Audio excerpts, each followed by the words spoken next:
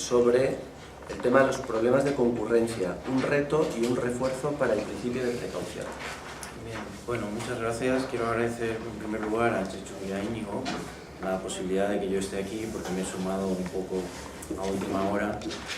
No formo parte del proyecto y eso explica un poco el planteamiento que voy a hacer yo. Es decir, más que abordar el problema del riesgo, aunque quizás si hay tiempo luego al final, lo que voy a traer es presentar un tipo de problemas que me parece que plantean un problema a las evaluaciones habituales de los temas de riesgo. Entonces la mayor parte de la intervención se va a dedicar a presentar estos problemas, más que a el impacto que puedan tener en el tema del riesgo. Y bueno, estos problemas es lo que me permito denominar problemas de concurrencia. Hay otras denominaciones, pero he preferido coger esta porque me parece que reflejan un poco la clave de este tipo de fenómenos. Comienzo con una definición y iré aclarando un poquito cuál es la naturaleza de estos problemas y qué retos plantean a su abordaje ético tradicional y luego al problema del riesgo. Entonces, los problemas de concurrencia son problemas que constituyen el resultado indirecto de acciones o actividades inocuas o de escasa relevancia que por el hecho de llevarlas a cabo muchos individuos a la vez o por afectar a muchos individuos a la vez en un espacio más o menos limitado de tiempo producen consecuencias imprevistas de carácter negativo de mayor o menor gravedad. Luego iré desgranando alguno de estos rasgos, pero volveré básicamente sobre lo que considero principal. Se trata de problemas que derivan de acciones que en sí mismas son inocuas o irrelevantes, pero que cuando se suman los efectos entre sí producen un efecto negativo. Entonces es difícil abordarlos, como lo veremos, desde la ética tradicional, porque no se trata de grandes acciones. Quizá ayude un poco a entender el tema de los problemas de concurrencia, el origen, cuando se me plantearon a mí por primera vez. Y fue cuando trataba de abordar los temas del problema de la anorexia en los medios de comunicación. Voy a dar un par de datos que ayudarán a entender lo que son los problemas de concurrencia a través de este ejemplo. La anorexia es una enfermedad de carácter multicausal que, como ya saben, pues producen que las personas afectadas, normalmente adolescentes, mayoría mujeres, también algunos hombres, pues se embarquen en un proceso de adelgazamiento que les lleva en ocasiones a la muerte y en cualquier caso a perder los mejores años de su vida en visitas hospitalarias, encierros, etc. Bien, hay una coincidencia histórica entre el aumento de la cantidad de casos de anorexia y la extensión del estereotipo estético en los medios de comunicación de mujeres extremadamente delgadas, con ojeras, con rasgos enfermizos, ¿no? Entonces, el problema de concurrencia deriva de esto. El aumento o el incremento de este tipo de imágenes parece, y aquí la evaluación del riesgo pues se hace difícil, parece que implica un aumento de los casos de anorexia. Pero cuando consideramos aisladamente el hecho de que un publicista retoque con el Photoshop la imagen de una modelo, nadie podría decir que esta es una acción perversa. Es más, lo que diríamos es que es una acción inocua. Sin embargo, al sumar los efectos entre sí, las consecuencias son negativas. Estos son los problemas de concurrencia. Yo cojo este ejemplo, pero la mayoría de los problemas ecológicos que tiene planteada la humanidad son de este tipo. Es decir, y realmente plantean, y esta es la razón de que haya que abordarlos, un reto importante. Cuando yo cojo el coche para ir a trabajar, no estoy haciendo un acto perverso, ni siquiera estoy haciendo un acto especialmente relevante desde ningún punto de vista, pero cuando sumamos el efecto sumado de que todo el mundo vaya al trabajo con el coche, pues se produce el efecto de calentamiento global con las consecuencias que tiene. Por lo tanto, los problemas de concurrencia plantean un reto importante. En este sentido, planteárselos me parece que tiene un doble beneficio. Primero, nos ayudará a entender mejor estos problemas y tratar de enfrentarlos mejor. Pero creo que a la larga incluso nos pueden llevar a plantear algunos rasgos o replantear algunos rasgos de lo que ha sido el abordaje tradicional de los problemas en el campo de la ética. Estos problemas no han sido abordados por otras disciplinas, no con este nombre ni con este planteamiento, pero han sido disciplinas que han tendido a obviar la dimensión ética. Por ejemplo, el caso de la sociología. A finales ya del 18 se empiezan a plantear este tipo de problemas con lo que se dio en denominar las leyes de los grandes números. Que en definitiva lo que parece que había en el fondo era una secularización de la idea de la providencia. Es decir, hay pequeños acontecimientos del mundo que, vistos aisladamente, no significan nada. pero que sumados entre sí parecen revelar un plan de la providencia. Lo característico de este punto de vista es que pertenece a la óptica optimista de la Ilustración y parecía conducir a fenómenos o resultados positivos. Es decir, ya la providencia velaba de que nosotros pudiéramos hacer unas cosas y la realidad se encargará de que estas dieran unos resultados positivos. Un ejemplo claro de esto es la mano invisible de Adam Smith. Individuos compitiendo entre sí, pues acaban produciendo fenómenos positivos, aunque cada uno de ellos en definitiva lo que quiere es ganar más vendiendo su pan a un precio, ¿no? Entonces la teoría de la competencia, la teoría de la mano invisible representan bien este planteamiento. La sociología del siglo XIX y la del XX ha vuelto sobre estos temas, pero con una óptica más negativa, es lo que se conoce con los efectos no deseados o los byproducts, ¿no? Es decir, fenómenos que se siguen de acciones no intencionales que producen consecuencias inesperadas. En este caso el mensaje es más bien negativo. Frente al optimismo de la Ilustración, ahora es más bien la idea caótica de que, bueno, por mucho que nos empeñemos en dirigir o controlar la existencia, las cosas van a ocurrir de modo que al final nos vamos a encontrar con sorpresas por lo general negativas, ¿no? Tanto la versión positiva como la negativa excluyen la acción humana, es decir, en un caso se suman entre sí y producen un efecto negativo y en otro positivo. Se ha acercado más desde el punto de vista de la acción humana a la teoría de la acción colectiva, este tipo de problemas de concurrencia, pero lo ha hecho con una óptica muy objetivista, es decir, como dilemas que se presentan ahí y no que puedan ser evaluados o reevaluados desde el punto de vista de los sujetos actuantes, sino que al adoptar un punto de vista más bien externo, cómo solucionamos estos dilemas que aparentemente no tienen solución fácil, suelen invitar a la toma de decisiones centralizadas, es decir, el administrador que nos viene a resolver estos problemas en lo que sería una proyección histórica del déspota ilustrado. Con lo cual, estos problemas dejan a la ética fuera de este espacio, de plantearse este tipo de problemas. Me parece que sería importante, sin embargo, retomarlos y que la ética los abordara. ¿Por qué no ha abordado la ética este tipo de problemas? Bueno, las razones de por qué no los ha abordado creo que en cierto modo nos explica o nos ayuda a entender mejor estos problemas. La ética histórica no se ha planteado estos problemas porque no existían. Es decir, son fenómenos que responden a sociedades masivas. Solo en sociedades masivas, donde se produce una suma de acciones pequeñas entre sí, produce los problemas de concurrencia. Por lo tanto, necesitas o muchas personas o personas que estén concentradas en espacios pequeños.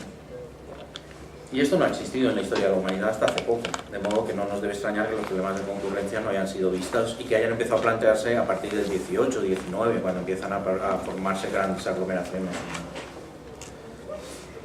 El otro rasgo que caracteriza los problemas de concurrencia y hace que no se hayan planteado mucho es que se producen en sociedades tecnológicas.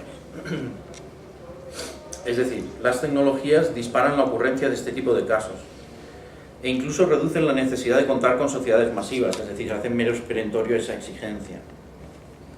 Bien, ¿por qué? Porque las acciones tecnológicas aumentan el alcance espacial, de modo que la suma de los efectos pequeños de las acciones pueden producirse a distancia, en un lugar alejado, de modo que tengan efectos relevantes fuera de lo que sería el marco inmediato de acción. Y también la tecnología permite o aumenta el alcance temporal, es decir, los efectos de las acciones perduran en el tiempo, de modo que también se pueden sumar estos efectos entre sí, reduciendo los problemas de concurrencia. Bien, esta modificación, esta mediación tecnológica, introduce unas variables que hacen difícil la aplicación de los criterios epistemológicos tradicionales a este tipo de problemas. Porque, por ejemplo, dos de los rasgos de los procesos de inducción tradicional, de causalidad directa, aquí no se ven muy claros. Por ejemplo, proximidad física, que es un rasgo típico de la inducción, ¿no? Es decir, que haya cercanía entre la causa y el efecto. Claro, aquí no la hay. De modo que es difícil articular una relación cuando no se da este rasgo típico que solemos vincular con la relación causa-efecto. Esto es, por ejemplo, lo que dirá el que retoca la foto de Photoshop y dirá, oiga, ¿yo qué tengo que ver con que haya un caso de anorexia? Ah, no, yo hago esto y no tiene nada que ver, por lo tanto no hay una cercanía entre una cosa y otra. Y también se rompe el principio de las variaciones concomitantes, es decir, no hay una correlación clara entre ambos fenómenos, de manera que percibamos de forma inmediata una relación entre ambos.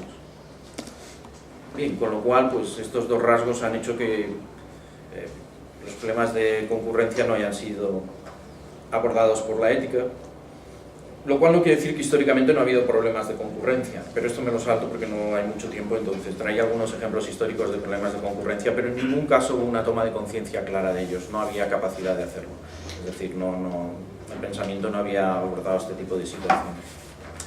¿Y por qué no se ha abordado también ahora específicamente desde el campo de la ética?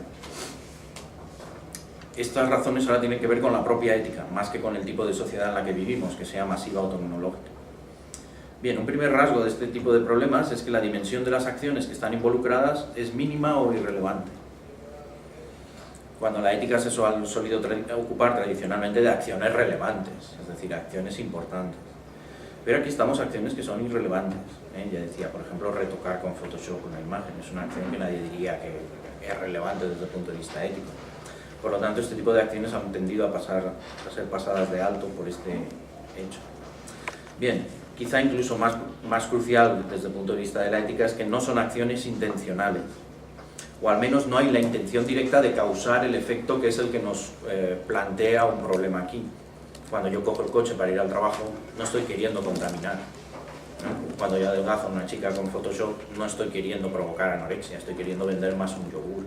Por lo tanto, no son acciones intencionales.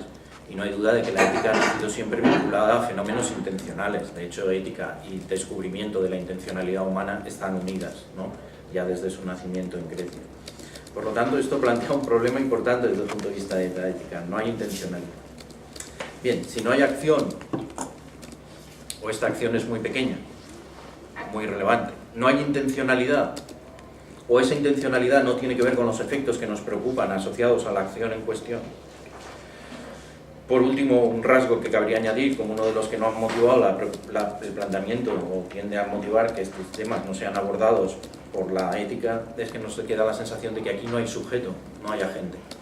Quizá esto explique que hayan sido abordados por la sociología o por los dilemas de acción, la teoría de la acción colectiva, más que por la ética. Es decir, no parece que haya un sujeto agente al que se le pueda responsabilizar de las cosas del fenómeno que ocupa aquí.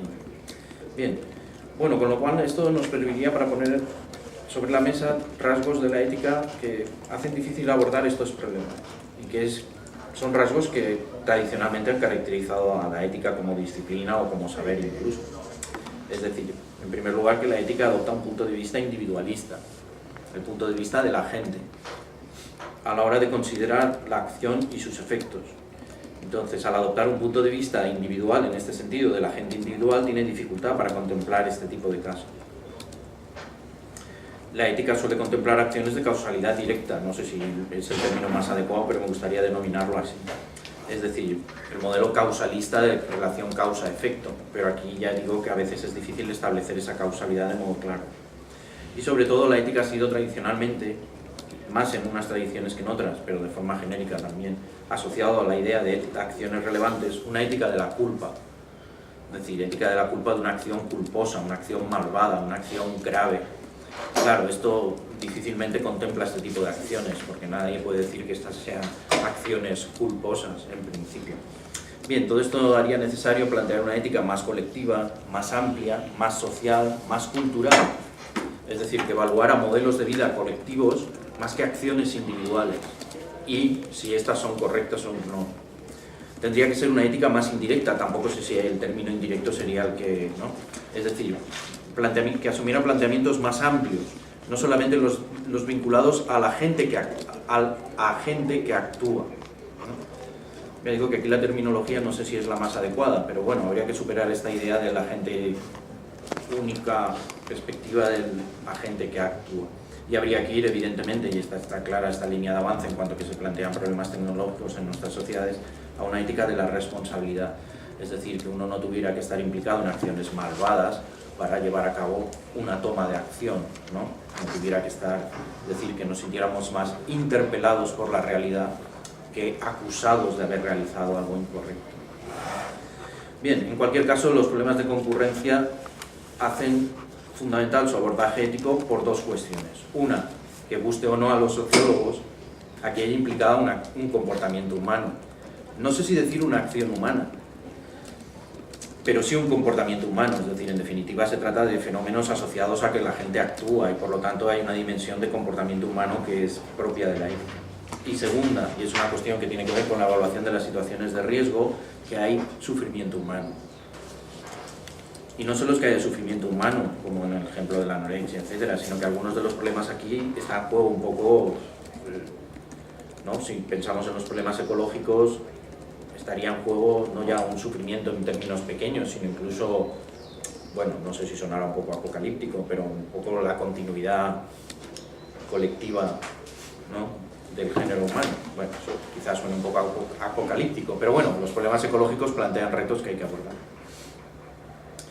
Con lo cual nos vamos al principio de precaución, que era un poco la cuestión, cómo vinculamos esto al principio de precaución, porque claro, el principio de precaución tiende a asociarse a fenómenos más de causalidad tradicional que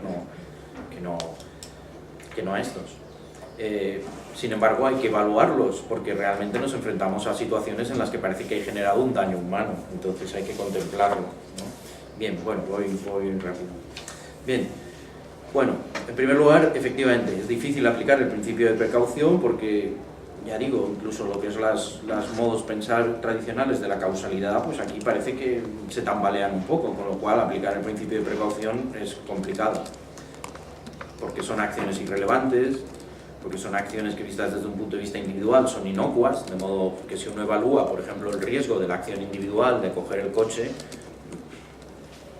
no concluiría que está contribuyendo al calentamiento global, es decir, no. Con lo cual el principio de precaución aplicado bajo esta lógica de mis acciones irrelevantes y realizadas desde un punto de vista individual, pues, y finalmente es muy difícil ver los riesgos asociados a esto, porque a veces establecer la relación de causalidad entre una manipulación de unas imágenes de fotografía y que aumenten el número de niñas que entran en las puertas de un hospital, pues claro, cuando planteas esto parece que no hay mucha relación entre una cosa y otra, y sin embargo al mismo tiempo tenemos la sensación de que sí la hay.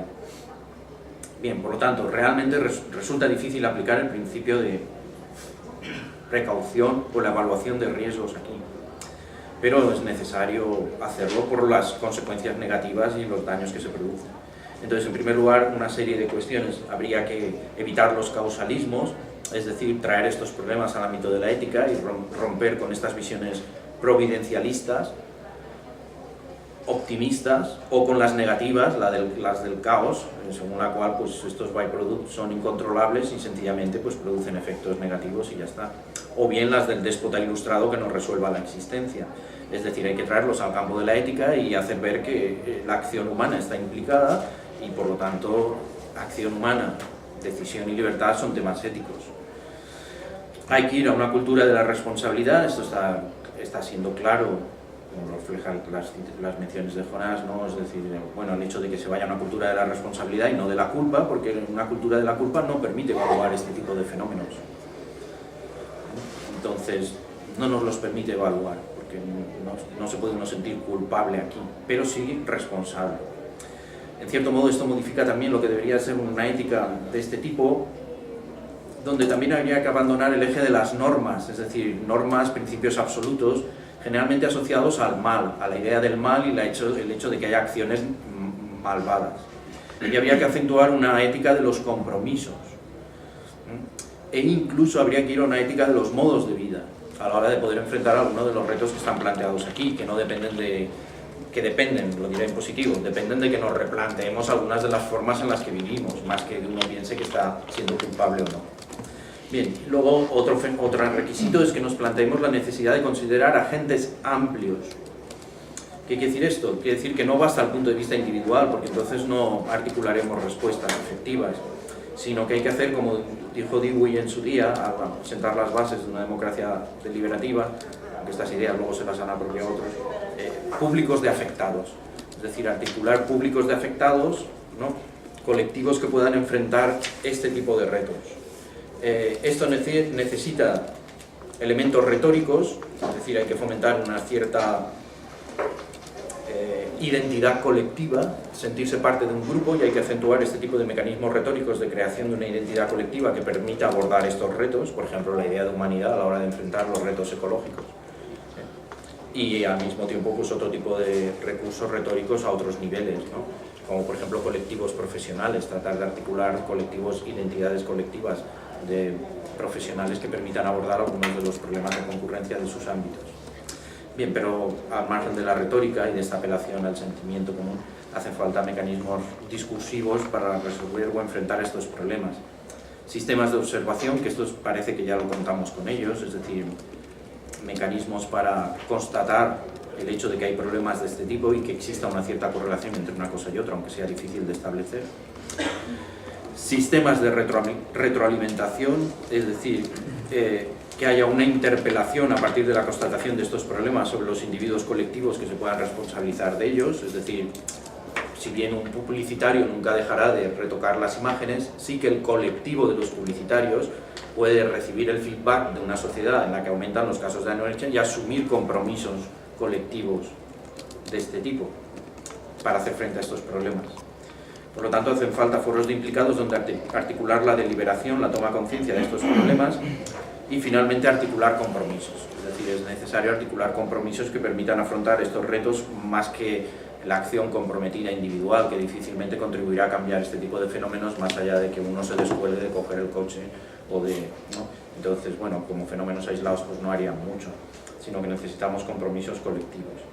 Y bueno, pues esto era un poco la idea, ¿no? El hecho de cómo estos problemas de concurrencia plantean dificultades que obligan a replantearse algunas cosas, ¿no? En relación a ellos. Muchas gracias. Bueno, pues como en los casos anteriores, dedicamos 10 minutos a la ponencia de Wagner. Déjanos que le aplaudamos.